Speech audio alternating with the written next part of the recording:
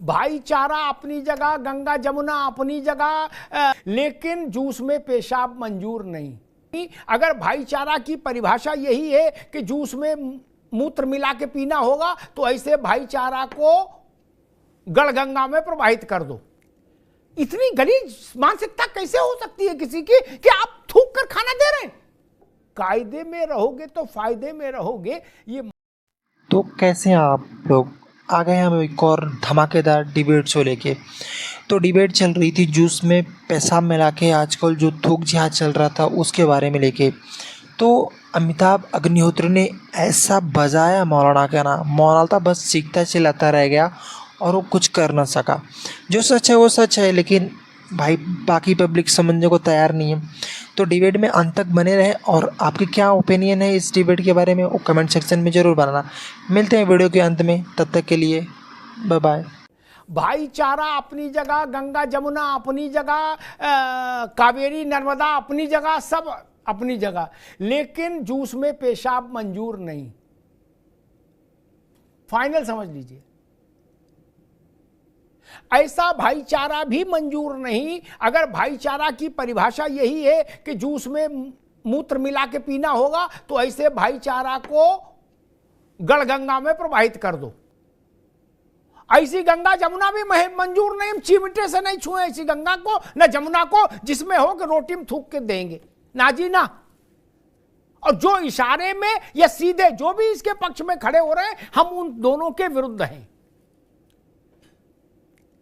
इतनी गलीज मानसिकता कैसे हो सकती है किसी की कि आप थूक कर खाना दे रहे हैं और पैरोकारी हो रही है। कुछ सीधे ऐसे नाक पकड़ रहे हैं, कुछ घुमा के पकड़ रहे हैं। क्यों? हृदय घाव मेरे पीर रघुवीर है। बात इधर कही जा रही, दर्द उधर हो रहा। रत्नाकर कह रहे थे। और ये मसला भी नहीं कि जिन्ना की समाधि पर कौन गया। जिन्ना की समाधि पर आडवाणी गए तो आडवाणी भाजपा के अध्यक्ष पद से हटा दिए कि वो भाजपा का विषय है, यह जनता का विषय है। मनीष बाबू ने एक कहावत कही, उसमें उन्होंने तरमीम कर दी, बदलाव कर दिया। जिस गाड़ी में झंडा, ये दरअसल कहावत स्वर्गीय अजीत सिंह ने दी थी। ये अजीत सिंह ने कहावत रची थी, चौधरी साहब ने, जयंत के पिताजी ने। और तब जब गढ़ी थी तो उसमें मूल शब्द सपा था। मनीष ने उसको उसमें तरमीम किया और उसमें भाजपा को फिट किया। मैं फिर कहता हूं, ये मानसिकता खतरनाक है भारत के लिए। इस मानसिकता से लड़ना होगा। ये स्वीकार नहीं हो सकती। देश भर के मौलाना एक साथ खड़े हो जाए तब भी स्वीकार नहीं हो सकती। और मैं कहता हूं कि इसमें तो मौलानाओं को भी कहना चाहिए, धर्म गुरुओं को भी, मुस्लिम धर्म गुरुओं को भी सामने आना चाहिए था। क्या वो ये स्वीकार करते हैं कि उनके दाल में दूसरा अपना पेशाब मिला के देने लगे? बोले ये इस धर्म का पेशाब, ये इस धर्म का पेशाब, ये कराना चाहते हो हिंदुस्तान में क्या सब लोग?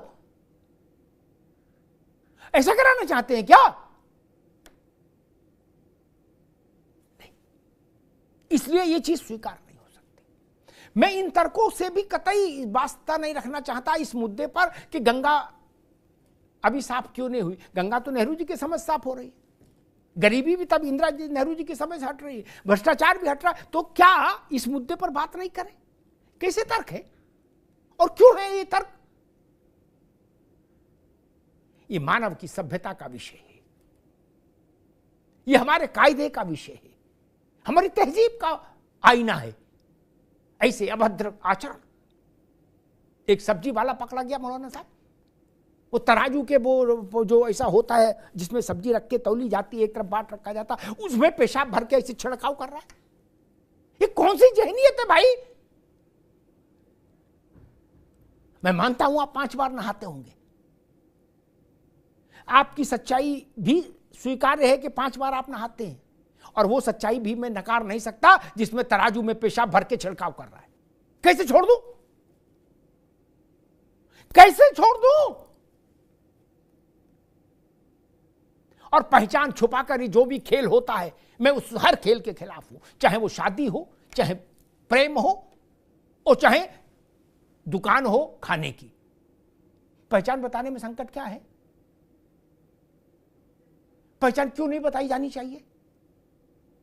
मन में कोई चोर है इसलिए पहचान नहीं बताना चाहते क्या? क्यों नहीं?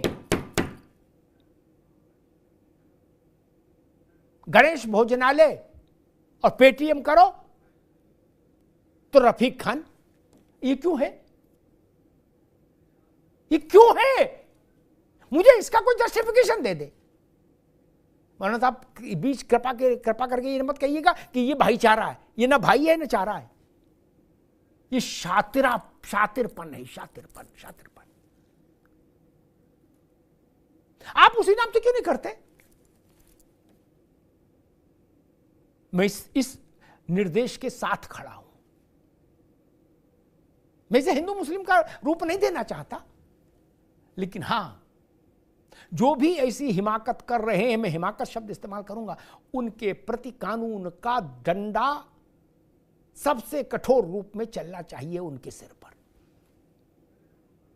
उत्तर प्रदेश के 4 सरकारी विभागों को कहा गया है कि ज्वाइंट ऑपरेशन करिए। हर ढाबा, होटल, हर खाने पीने के प्रतिष्ठान पर जाइए, वहां छापेमारी करिए और जितने लोग वहां काम कर रहे हैं उनका वेरिफिकेशन करिए।